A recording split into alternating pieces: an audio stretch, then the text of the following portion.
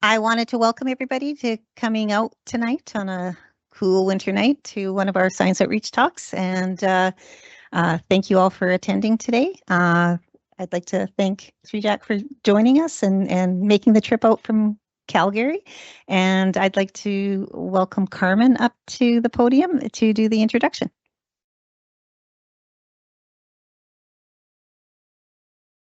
Hi, everyone. I'm really excited to welcome Srijak Bhatnagar to our Science Outreach Speaker Series.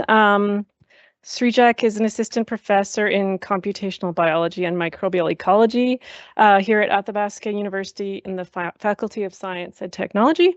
He's also an adjunct at the University of Calgary in the Department of Biological Sciences.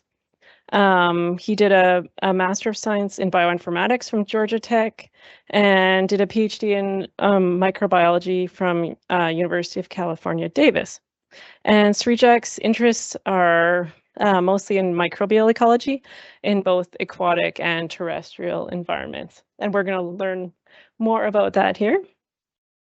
When he's not doing science, I've learned that Srijak really likes to downhill ski, which my kids would be excited about because they're all skiers, and also hikes in the summertime.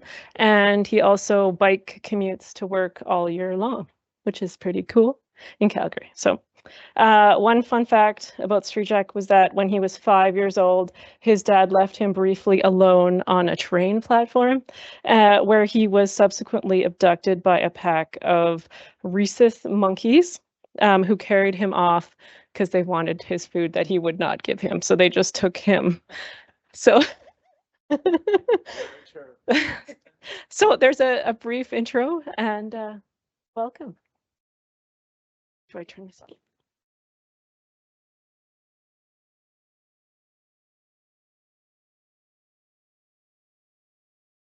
All right. Thanks, Carmen, for the wonderful intro. I still don't part with my food, much to the chagrin of my partner.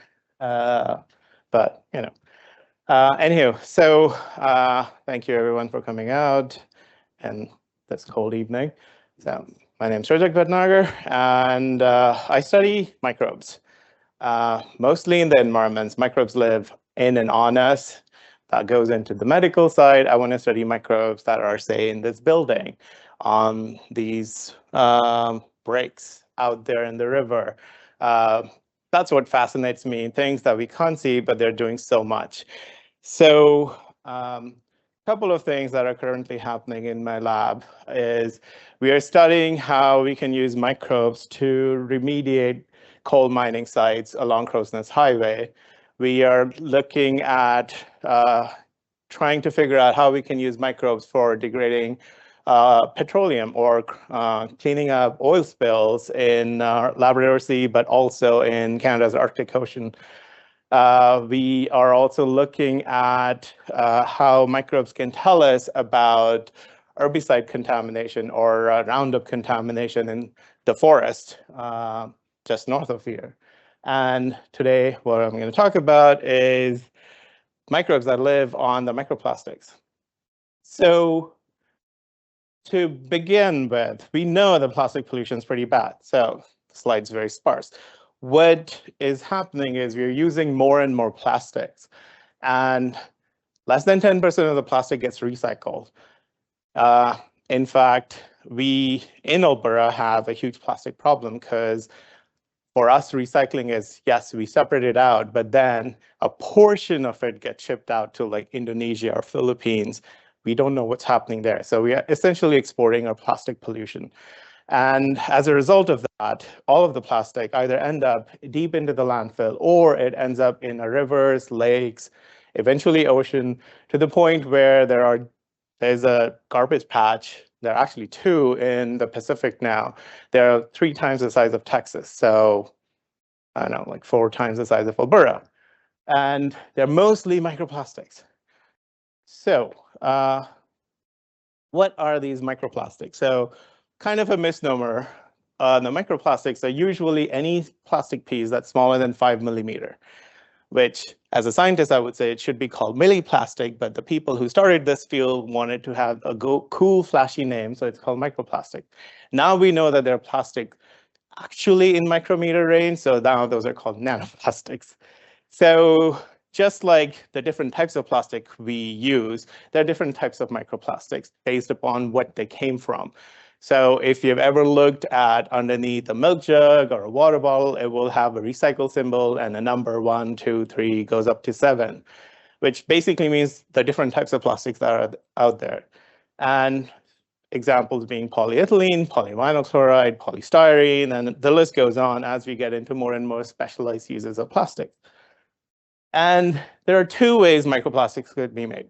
What we call primary, that they're actually coming directly from plastic products. So we all have plastic products. I'm wearing one. I'm pretty sure there is like polyester in this. Every time I wash it, a little bit of tiny pieces of plastic as threads come out in every wash and go out into the wastewater. Unless it's a septic tank, then it goes out into the septic tank. So there's a lot of plastic that's leaching. Winter tires. If you're driving with winter tires when it's not snowy outside, then those tires are designed to actually have fluidity and traction. So on a snow-free road, they will erode fast, and that's a piece of plastic that will end up in the water when the snow melts. And then there are the secondary microplastics. So all other plastics that we use tend to break down. It could be because of sunlight, it could be because of water, air, all the natural erosive forces, they can break it down. And those are the secondary microplastics. So there are two distinct types of microplastics. And here's an example of a microplastic that my graduate student found inside of a fish. So the scale bar basically says it's 1/2 millimeter. So it's about 1/2 millimeter or about 1 millimeter in length. And so, but the scale of microplastics could vary a lot. So just to give you an idea, up top is a strand of human hair. And this is to the size comparison. So now we have bead sands, salt, all the way down to viruses and bacteria, bacteria being what I study. Somewhere in here are human cells, also the pollutions that we try to look out for, like 2.5 ppm, especially during forest fires. And, well, I guess I already talked about that. This is the microplastics we are seeing in our rivers. So each of these lit thing is a microplastic that we found in a river somewhere in Alberta. Here's the scale bar pointing it out to 10 micron. So what we're looking at is roughly anywhere from 50 to 100 micron, which means they're very, very tiny pieces, which means that they are somewhere along the range of a dust particle to a blood cell to all the way down. And so these are very, very tiny pieces of plastic. What does that mean? So what we know now is that microplastics are everywhere, because we have now know that we've been using plastics for, I don't know, like 180 to 100 years. We have been not disposing it off properly. And when I say we, I mean like all of us, like as a humanity, because we never thought it would be a problem. So by now, microplastics have been found in the Arctic. They have been found in the Antarctic. They have been found on Everest Peak. They have been found in the deepest part of the ocean in Mariana Trench. The reason being, if you go with us, we take plastic with us. I go downhill skiing. My ski jacket shell is made out of plastic.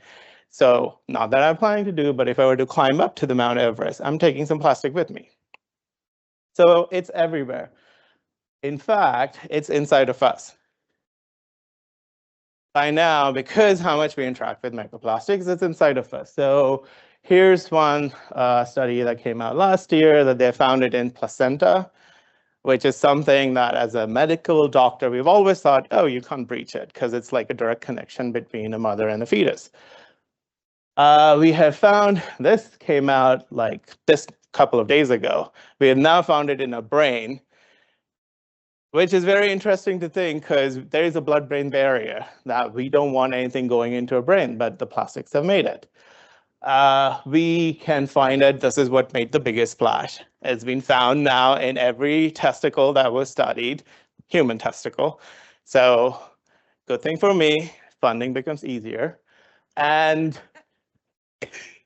now we know that it's actually increasing in us. And as a microbiologist, what I am more curious about is, so what? And in fact, they're around us here. So there have been studies done. There's a professor in McEwen, Matt Ross, who's been looking at microplastics. And so here's one from North Saskatchewan River around Edmonton, which basically shows that showing up in their drinking water. There's someone from Royal Roads who has found it along the Calgary's rivers. And we know that every time there's a rain event or every time there's a big dump of water, plastics end up in our rivers. So should we be worried? That's the first question. That's the first question now everyone's trying to answer. We know where microplastic is, but should we be worried? Because just because something's there doesn't mean there is a cause for concern. From a chemist's perspective, one could say these are inert pieces of plastic. Plastic is inert. That's why we store acids in plastic. That's why our vinegar comes in a plastic bottle, because it doesn't react. So it's inert, ideally. And then also we have to wonder, what are these microplastics doing now that we know it's in our brain? Is it doing anything, or it's just there and it's just accumulating? So there are three different ways that microplastics can interact with us or affect us. The first one being is the plastic leachate. So plastic is not a single chemical compound. They use plasticizers in it to hold it together, to give it different properties. And now we know that these plasticizers can leach out every time it's exposed to sun, every time it's exposed to heat. These plasticizers can leach out. The most infamous one is bisphenol A. Now we know it leaches out, we know it affects us, so it's been banned. And the plastic industry is now just used as bisphenol B.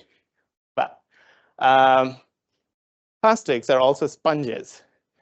They can absorb chemicals that are out in what they come in contact with. So examples being polyaromatic hydrocarbons, so different parts of petroleum. PTFE or Teflon or other forever chemicals. They could also absorb heavy metals. The important thing here is that when they absorb it, it's in a much higher concentration than everything around it. So if the plastic goes in the water that has a small amount of petroleum in it, the plastic will have more petroleum on it per gram or per surface area than the water itself. Because of its chemical properties, it can absorb it. What I'm interested in is microbes. As I said, microbes are living everywhere. They live here too. Why not? And so what I'm curious about is, what are these microbes? What are they doing?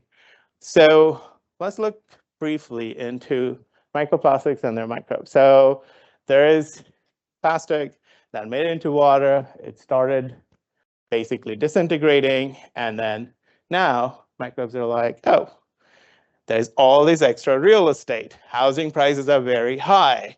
Why don't I just go live on this plastic piece? And that's what they do. How they do it is different types of microbes come together and what we call is biofilm, that they just like form a slimy layer on it. If you've been to the river and you've seen slippery rocks, that's biofilm. If you haven't brushed your teeth one night and you see like weird gunk on your teeth, that's biofilm. So the microbes can live on these plastics.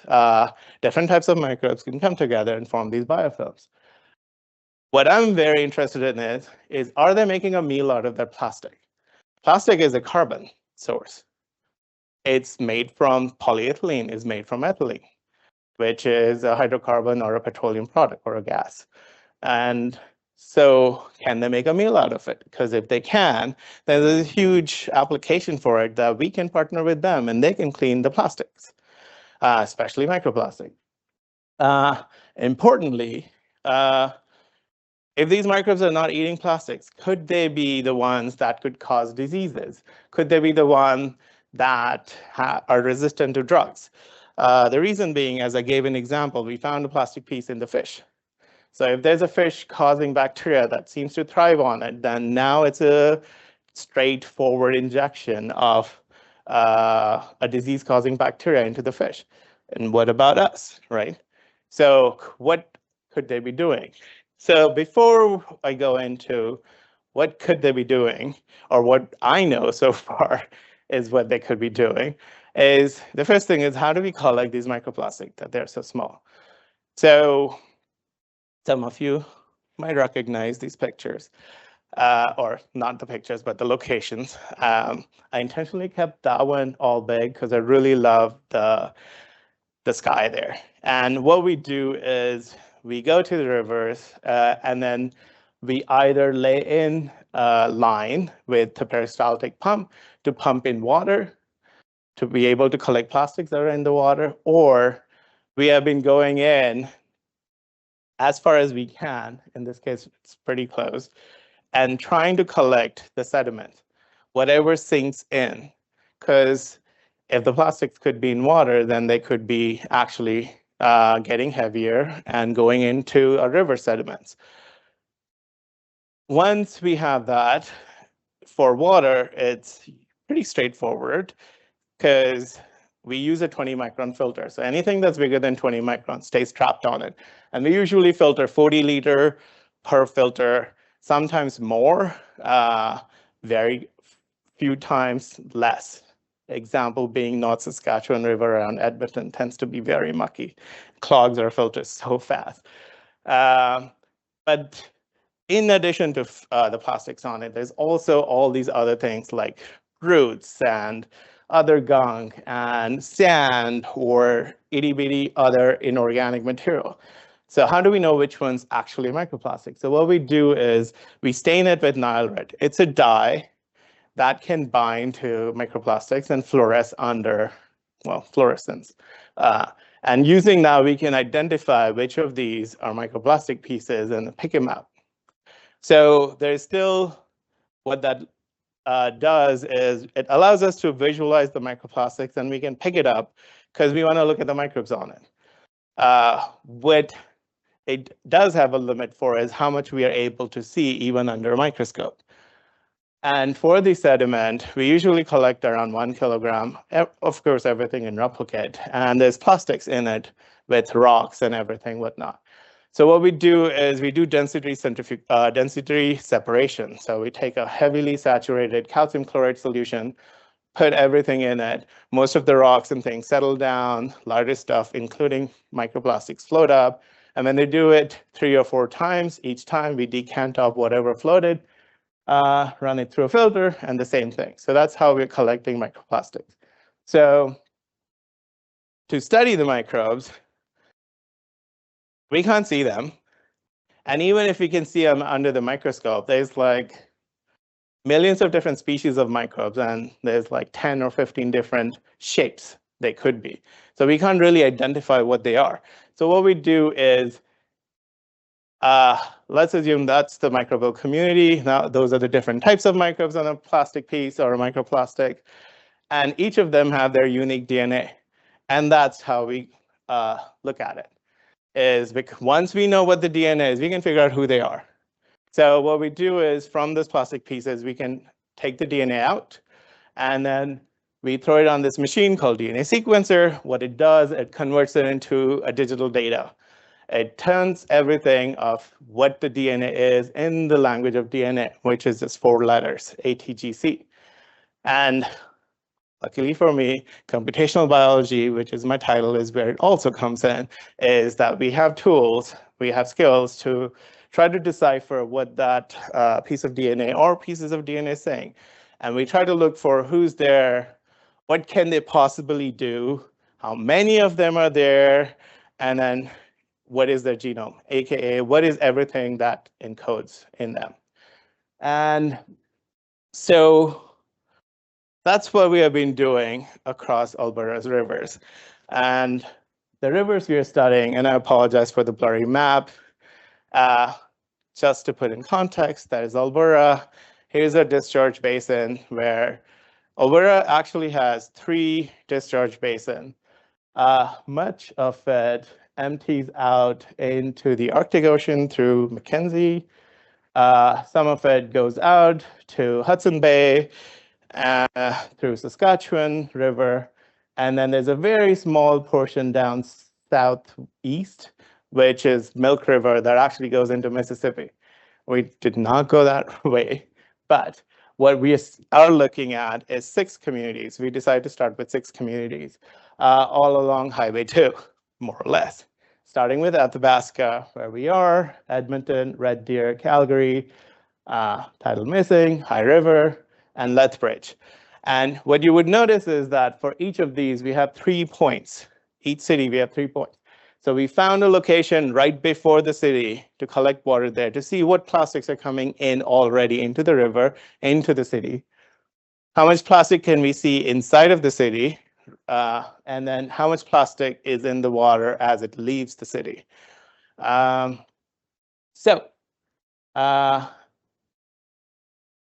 you're going to see here is basically 3 types of data, one type of data, the amount of microplastic in 3 different colors. 1 for upstream, yellow being upstream, red being downstream, and then midstream. And what you're seeing here is Calgary, and here is the amount of plastic per liter that we have been observing coming into the city, inside the city, and when it's leave the city, that there's a lot more plastic in the water. You can see that for Edmonton, same trend. Red Deer, a lot less plastic, but still more plastic leaving the city. High River and Lethbridge, and then Athabasca. This is the one that tends to stand out. How much plastic is there? It's not the same as Edmonton or Calgary, but pretty high compared to everything else. Second, it's coming into this town. It's upstream. It's not through the city or through the town or leaving the town. More of the plastic we saw was coming into the city. And that's been a puzzling thing that I can use everyone's help. To put it in number, instead of seeing how much plastic coming in, going out, what's the average plastic around a neighborhood or a city? And I've ordered it going down in population. So 2 cities that are 1 million plus, 2 cities that are 100,000 plus, High River, and then Athabasca. And what you would see is Athabasca again sticks out for the number of people that are in there, how much plastic is in there. And again, judging from or looking at the previous slide, we know it's the plastic coming in. It's not the town. That's where the plastic is entering the water as much. So that's just the plastic piece. I'm a microbiologist. I want to look at what the microbes are. I want to look at how are these microbes, not just who they are, but how many of them are there on a plastic piece, or not a plastic piece, but on plastic pieces in a given location, differ from each other. So what you're seeing here is basically different background sample or environmental sample. So we have the river water, we have the sediment, we have the sediment plastics, and then we have the water plastics. And what we're looking at is how diverse is this community? To put this in context, if I go out into the forest, do I only see moose? Then the diversity is just like moose, and there's 10 of them, 100 of them. If I go out and I see moose, skunks, deer, and other things, then it's like a lot more diverse, and how many of them are there? And that's basically what we're doing here with microbes. So the lower it is, the lower diversity it is, the higher it is, the higher diversity it is. And what we find very interesting is that the plastics tend to be a lot more diverse than the water itself. So the number of different types of microbes and how many of them, would the population demographic look like in water is a lot lower than in the plastic itself. So for some reason, the plastics tends to have a lot more types of microbes in it. When we compare them to across all of Alberta, so same color scheme for water, river sediment, and the plastics we got from the water and plastics we got from the sediment. And the shapes here are different rivers that we have sampled. That's what that looks like. Each point, it's very complicated, but each point represents one sample site. And the community of either the plastic or the water or the sediment of it. So what you would see here is that the rivers, compared to everything else, the water across the province tend to be not that different in terms of the microbes in it. But the plastics are all over the place. It varies so much in terms of what the microbes on these microplastics are.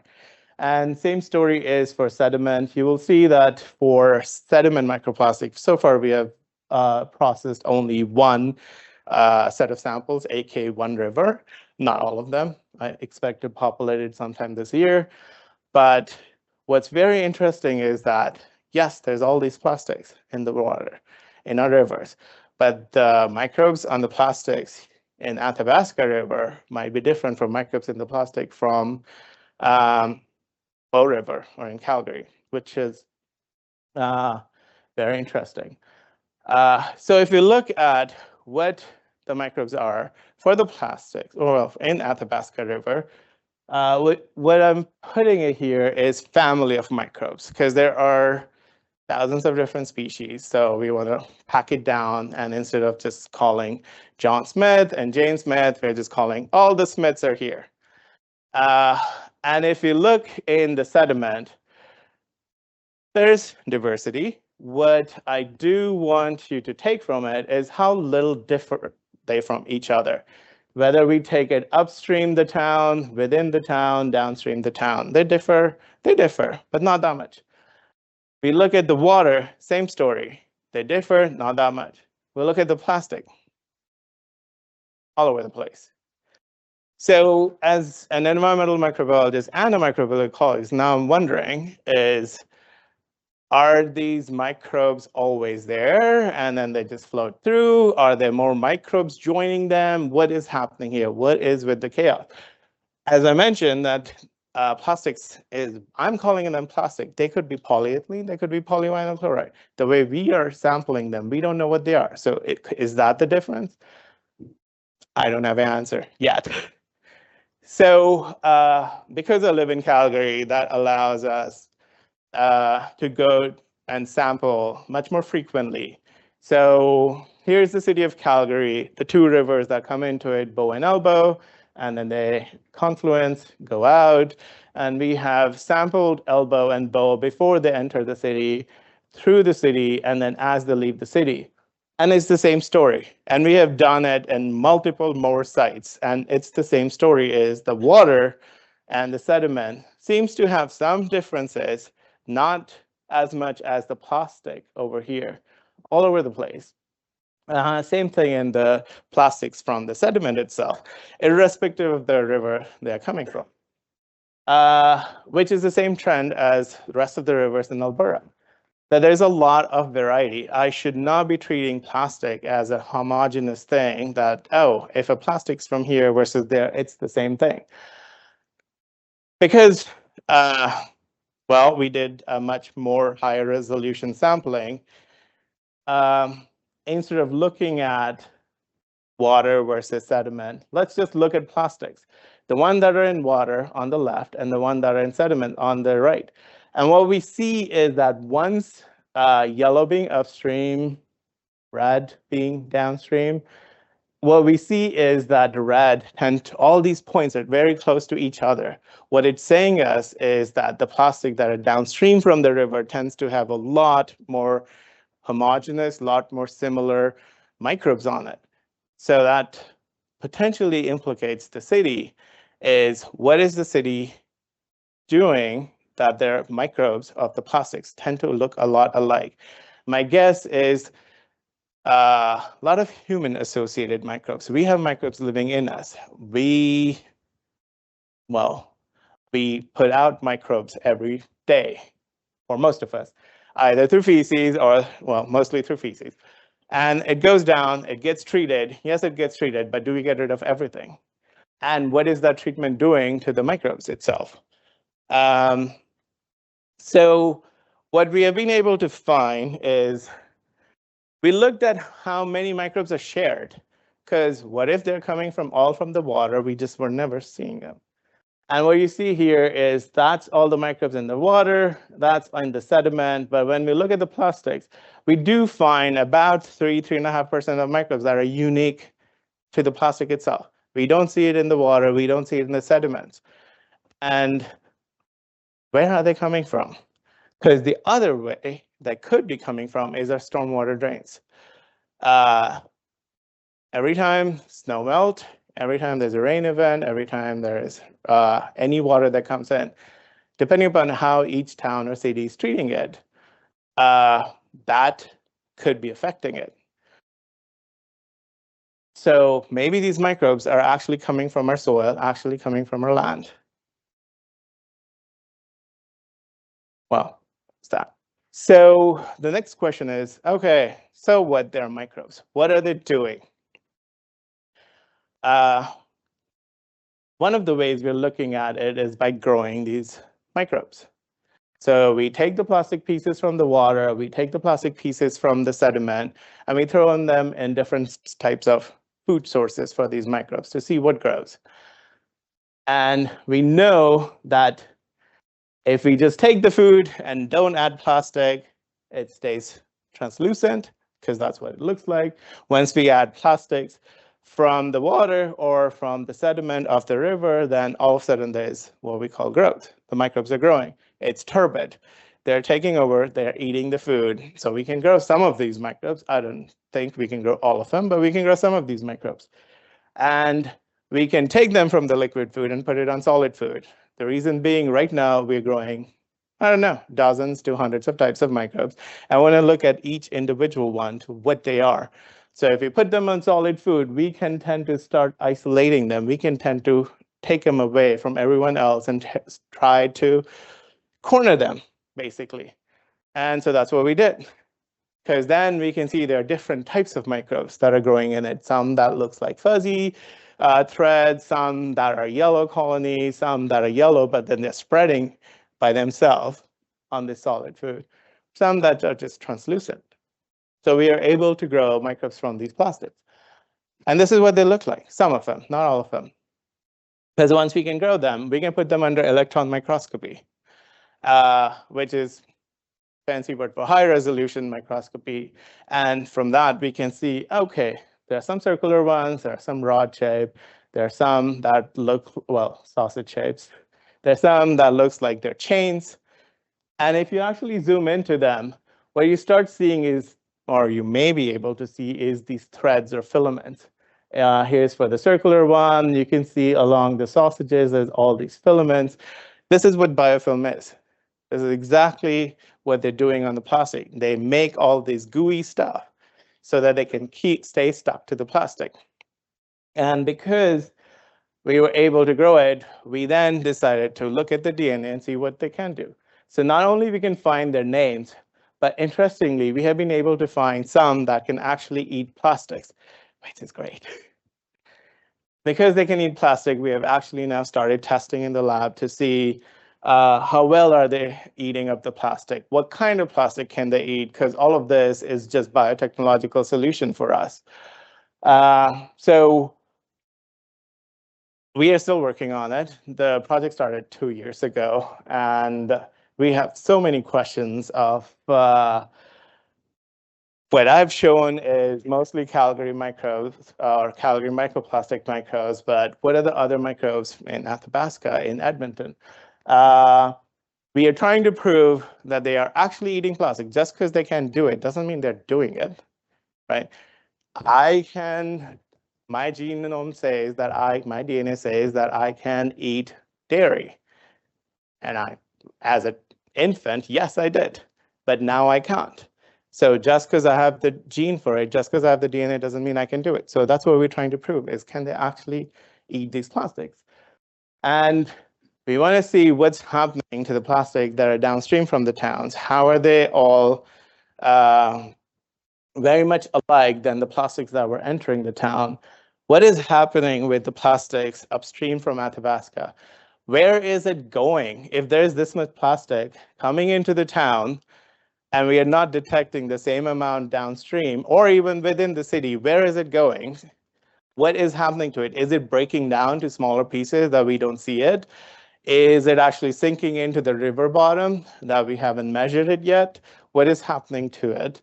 Or maybe it was just like one freak event that we did it 2 years ago in June. So maybe it was a snow melt time. So we just happened to get a lot of plastic. Or Athabasca is the town that's the furthest away from its source of water that we have measured, which means the Athabasca River travels a lot more further than what North Saskatchewan does or what Red Deer River does or the Bow River does. So maybe because there are all these towns upstream from Athabasca, especially Slave Lake, Lesser Slave Lake that drains into Athabasca River, could there be plastic coming from that? Because we know the paint on their boats is plastic. So, but June is not the time, I don't know, to go out boating. So, and then we measured all of these plastics in June, mid-June to early July across the province. What could be, is it the same pattern throughout the seasons? Is there more plastic coming in?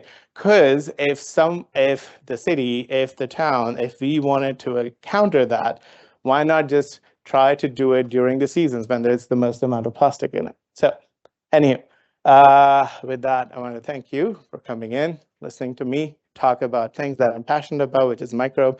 And you heard the word plastic so many times that you may not want to hear it again.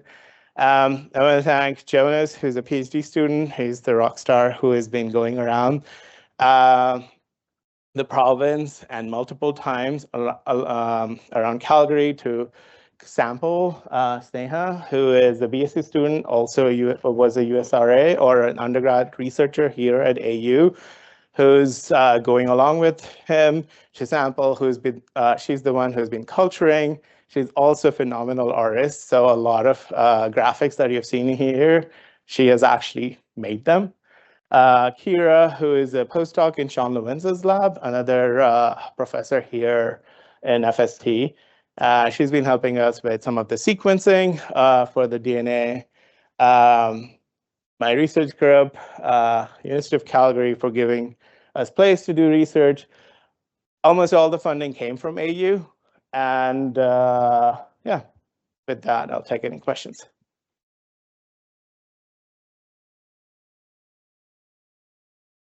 And I would say, don't be alarmed just because it's plastic. We still don't know it's bad.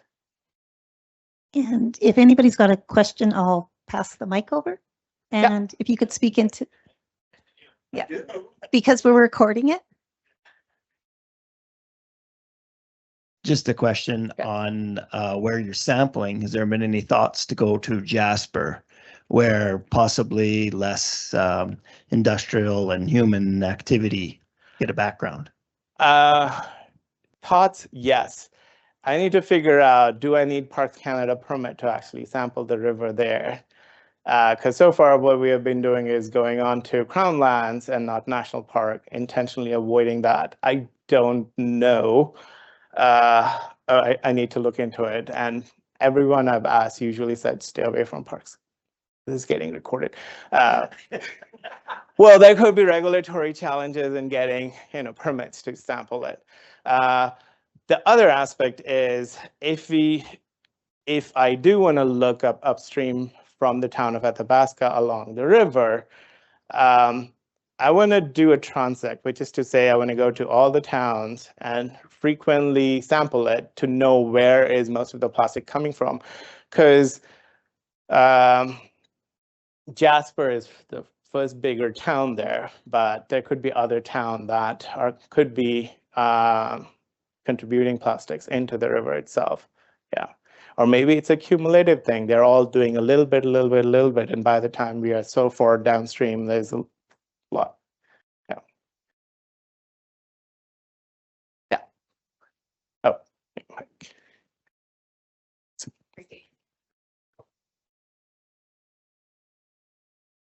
Have you had a chance to sample before and after the water plants to see if there's less plastic coming out of the plants than going into the plants? The answer is no, but I do want to add that one of the things I could use everyone's help is telling me where all to go sample it. The last time I came to sample Athabasca River, I got shooed away by people saying like, don't come here. And it's like, but this is a boat launch. They're like, no, it's private property. I'm like, okay, where can I go? So if you have properties along there with river access, let me know. Or if you have ideas where I can go sample, let me know. Yeah, I did have to also tell my dean, if you get angry calls or emails, this is the reason. But, Just so you know, high water mark is up to there is crown land, so nobody has private land up to high water mark. So keep that in mind.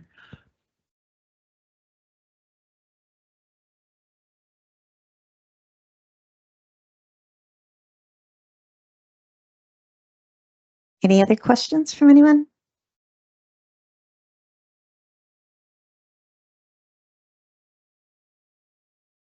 Hi, so we actually operate the water plant in town.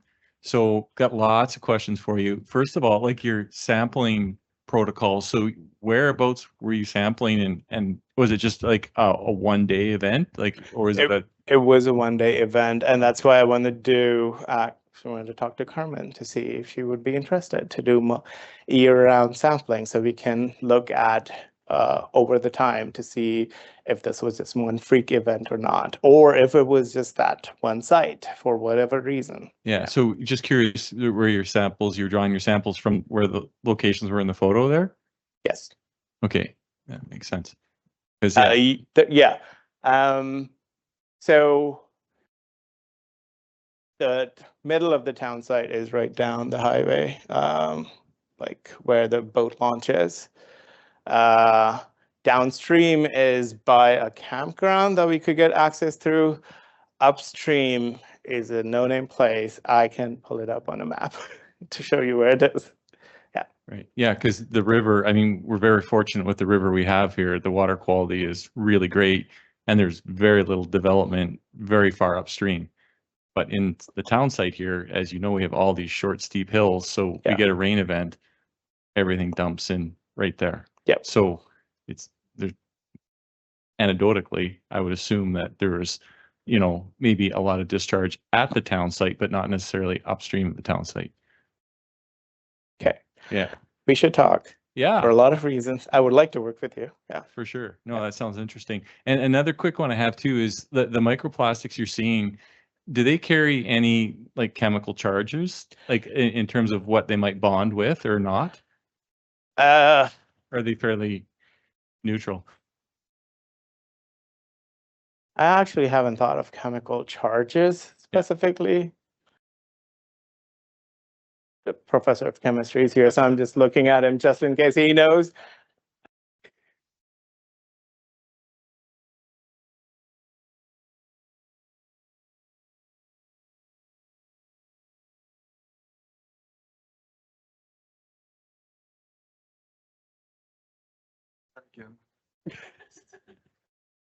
I'm going to be on record and get in trouble. So my thought was we're talking about relatively macro particles from a chemical point of view, because the scale of the molecular world is so much tinier than the size of these particles. The effective charges on those are going to be very small chemically. So there may be positive or negative charges on the particles, but they're not going to have a big chemical effect. Yeah, that makes sense. Yeah. Are you thinking of using some sort of charge-based removal? Yeah, well, that's what we do in the water treatment process, right? And just to say as well, like our filtration process is at a 2 micron level. So we would be, with the combination of the chemical coagulation and the filtration, we'd be removing what you were showing here tonight. Yeah. But I am very curious to see what, I mean, it's kind of alarming that the level that you were showing in the river. So it doesn't, it'd be interesting to. That's what, that exactly why I want to dig into it more, is because it's alarming. If it was in the trends, like, oh, it's one of the things, but like, as you've already said, is it a freak event of like, oh, the day you were there or the place we were there? I also want to say that I don't think necessarily that it's the town of Athabasca from where the plastics are coming from, because there is a lot of other sources, not necessarily municipal sources, which could contribute plastics to it. I actually didn't put a picture here, but one of the oil spills study thing we're doing is along Labrador Sea, and the amount of plastic nets, fishing nets that we have taken out from the ocean was baffling itself in the middle of the ocean. So there's a lot of recreational ways that from the recreational methods that the plastic could get in as well. Yeah. Thank you for coming tonight. I just had a question. Do you track the amount of rainfall then before you do the sampling that may have come through Athabasca that's dumped into the river? So the amount of rain, I thought along those lines, and I'm not a hydrologist, and that's what the skills that are needed, because I can figure out the amount of rainfall from the government or weather data. What it doesn't necessarily shows is what is the drainage basin that I'm sampling in the river. Yeah, because water falls on 1 acre versus 100 acres. Yeah. But yeah, there is a hydrologist in the department that I've been trying to track. Yes. Any other questions from anyone? Is there a way that you can wash your clothes? Like you say, there's lots of acrylic clothing that to reduce the amount that gets into the wastewater. Yes, even from a municipal perspective, that's a good thing, because they need to. Okay, it's the first set of answer. Yes, I think Electrolux is the first company, hasn't happened in Canada, that has come up with a filter that makes sure that you trap almost all the microplastics, so it doesn't go out into your drain. Those filters are now getting more prevalent in Europe. Hasn't happened yet in North America because costs associated with it, how frequently we change our washing machine. One of the things that now the engineers are looking in is how can we attach a filter after in an old machine, basically, to trap it so that it helps. For the city of Calgary, I know when, and it's probably the same case with larger cities, is what they have is for treating wastewater, there's a lot of different processes, ozone and oxygenation, but then there's settling. And what they've told me is that a lot of the plastics get trapped in the settling ponds as part of the biosolids. The problem is that those biosolids then can be sold to farmers to put on the field. And if it gets funded, I want to look at what the chemicals and the microbes on those plastics are that are going out as biosolids. Because we know now from the chemists that those biosolids tend to have a lot of these forever chemicals that are now shown to cause cancer that are now ending up on the farms as part of, like, let's spread this organic material. But I don't know in terms of the plastics or the microbes on it. So, and I think the cities and towns would appreciate the less treatment they need to do because it's cost effective. So less plastics go into the wastewater, less plastic goes into municipal wastewater, then yeah, it's just a lot easier to deal with.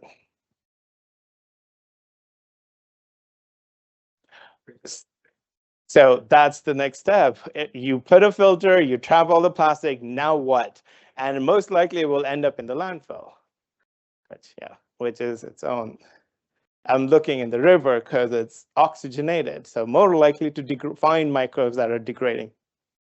My dirty little secret. If I were to go in landfill, would I find microbes? Yes. On the plastics, yes. But the oxygen is heavily depleted, especially the deeper you go into the landfill. So once it gets anoxic, things are very slow in life once there's no oxygen. So I can give you an example coming from the oil spill side of the research. If there's oxygen, the microbes can eat up oil within days to weeks. If there's no oxygen, there's an experiment going for now 5 years to see how much oil is actually degraded. Yeah, the same thing. Oh. So what breaks down these at the final end? Is it sunlight, or what's going to keep us from filling everything up with plastic like this? Is there anything that you found gets rid of it or turns it back into dust? Hopefully carbon dioxide, but that's the life's goal. We'll see.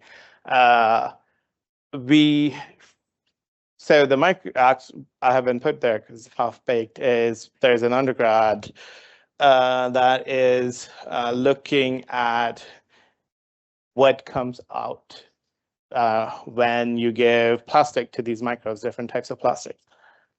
So far, what he has been measuring has been carbon dioxide production, because in the ideal world, it's a carbon, you take it all the way and break it down to carbon dioxide, just the way we do it with like food we eat, most of the food we eat. We haven't been able to see carbon dioxide, so now we're talking to chemists to see if they can do liquid chromatography to see what is coming out of it.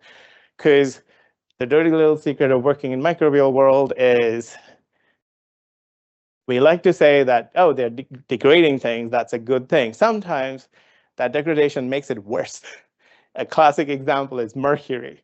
If there's an elemental mercury, the one that's in thermometer, we are much better off with that. But once microbes get it, they turn into methyl mercury, which is now just like easily go into any body. Yeah. So yeah, that's the other thing we are trying to look at is like, what are they breaking it down to? Because if they're breaking it down, could they also then be creating microplastics? Because microbes grow on plastics. Like if you have a jug of milk in your fridge or a can of milk, jug, that's a plastic one, plastic can. You can see that there's like a ring forms on it where the milk is like gone down. It's like microbes growing. They don't harm us, but we know the microbes are there and they're growing. So as they're eating the plastic, they're also modifying it physically. So can they take this piece of plastic and break it down into smaller pieces? Then they're creating more plastics. If they can break it down faster, then that's a solution. If they're breaking it down slower, then they're creating a problem of like more microplastics. Yeah. Yes. What's your favorite ski hill? Oh. My favorite ski hill is Heavenly in California. In Canada, I have mostly skied in Alberta and a little bit of BC on the other side of Rockies. And here it's Lake Louise. Yeah. They both have the same feature now that I think about it, is you can see the lake from up top. The difference is in Heavenly, the reason they got this name is you see Lake Tahoe, which is really massive blue lake and it's blue sky. So it is like skiing and then you're in the sun and the worst sunburn, but it's really fun.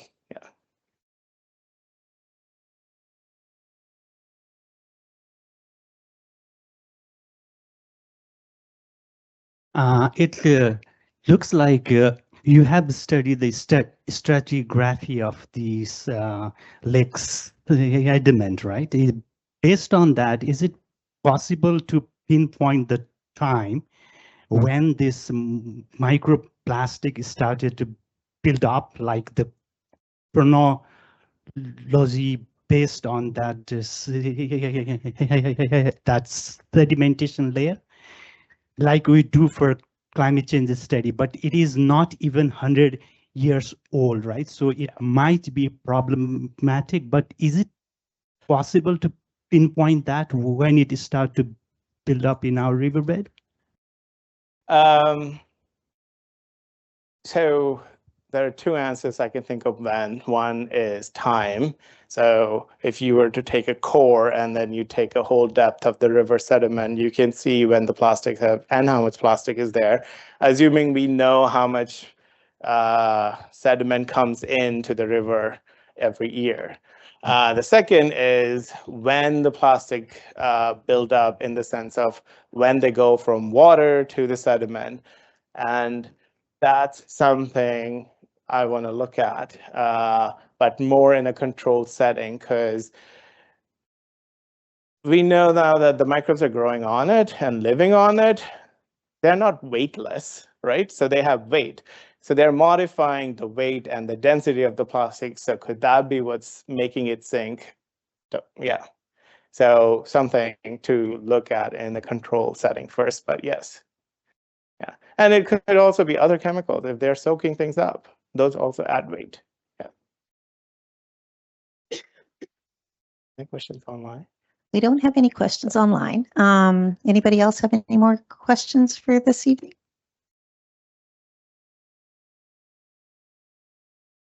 Well, seeing none, I wanted to thank you very much for making the trip to Athabasca and teaching us a little bit about microbes and the plastics in our water. And I also wanted to acknowledge that the Super 8 is sponsoring a room for our speaker tonight. And we do have a couple more presentations coming up. March 5th, we have a workshop with a mostly passive solar greenhouse workshop with the Athabasca Grown Group. And if anybody's interested in joining that, they need to register online with them through Eventbrite. And then we also have Wes Olson is coming in to do a bison talk on April 16th, and we'll be hosting that here, maybe doing some stuff at the schools as well. And yes, thank you all for coming this evening. Do we get to learn how to build our greenhouses? I think they're going to be working on potentially trying to get something set up for Athabasca. Yep. That would be cool. Yeah, that's through Mike Gismondi and Karashan. So, and thank you. Thank you, everyone.